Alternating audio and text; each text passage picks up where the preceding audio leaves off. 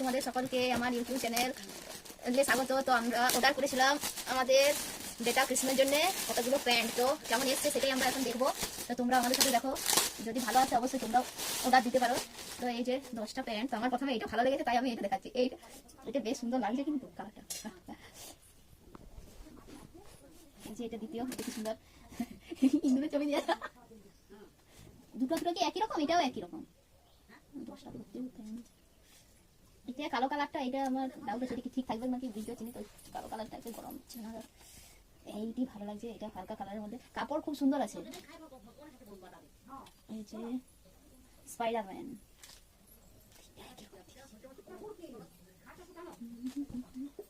এটা আবার একই রকমের, তিনটা একই কালারের, বাকিগুলো আলাদা, মানে কোনো প্রিন্ট পাইনি বোধহয়।